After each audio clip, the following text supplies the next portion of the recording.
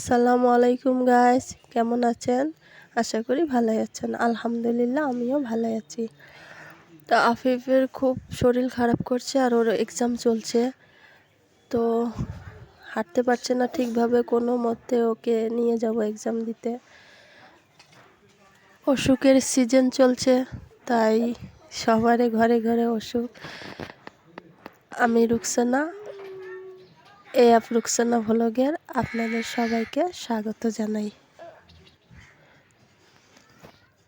তো দেখতে পাচ্ছেন ওষুধের পালা হয়ে রয়েছে, সবারই আলাদা আলাদা ওষুধ রয়েছে। তো অসুখের সিজন চলছে, আপনারা কেমন আছেন? নিশ্চয় সুস্থ আছেন আশা করি সবাই। আমাদের তো সবারই একজনের পর একজন অসুখের পেছনে ছুটছে। তো দোয়া করি আপনারা সবাই ভালো থাকবেন, সুস্থ থাকবেন। তো বেমারের সঙ্গে সঙ্গে জুঝতে আমিও বেমারি হয়ে পড়েছি, আমারও অসুখ ধরেছে। তো কোনো মতে চলছি, কারণ এদেরকে আবার দেখতে লাগবে। দেখতেই পাচ্ছেন কান্নাকাটি চলেই থাকে। তো আজকের মেনুতে রয়েছে বাঁধাকপি দিয়ে লোকাল মুরগ রান্না করব গাইস। তো এইভাবে খেয়ে দেখতে পারেন, অনেক সুন্দর হয়। বাঁধাকপি দিয়ে মুরগ এবং বা মুরগি যে কোনো খুব সুন্দর লাগে। তো আমি এটা একটু লবণ দিয়ে বাঁধাকপিটা একটু নরম করে নেব, এতে সুবিধা হবে রান্না করতে।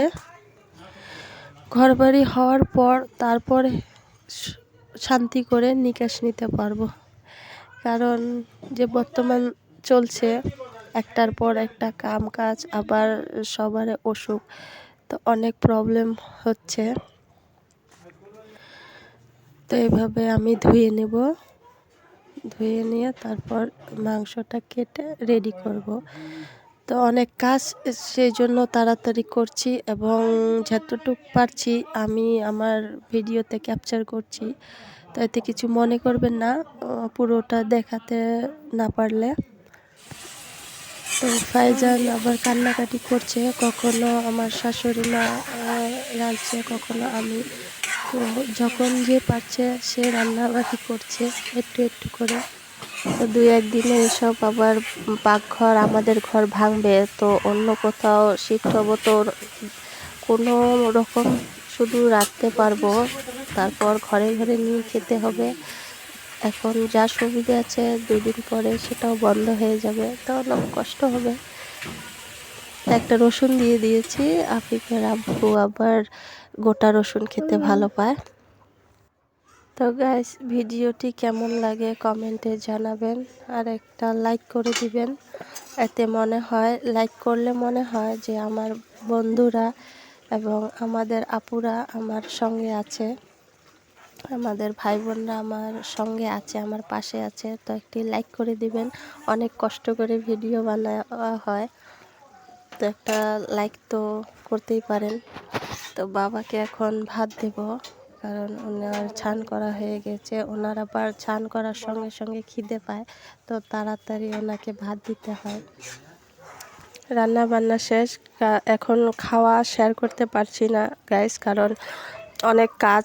তো যে যার যখন সময় হয় সে তখন খেয়ে নেয়, তো সেই জন্য পারছি না খাওয়া দাওয়া শেয়ার করতে। আশা করি আজকের এই ছোটোখাটো ভিডিওটি ভালো লেগেছে। ভালো লেগে থাকলে লাইক কমেন্ট এবং শেয়ার করবেন, আর আমার চ্যানেলটিকে সাবস্ক্রাইব করে নেবেন। আজকের মতো এ পর্যন্তই, দেখা হচ্ছে নেক্সট ব্লগে আবার কিছু নতুন নিয়ে। তো সুস্থ থাকবেন গাইস, আল্লাহ হাফিজ। সুস্থ থাকবেন এবং পরিবারকেও সুস্থ রাখবেন।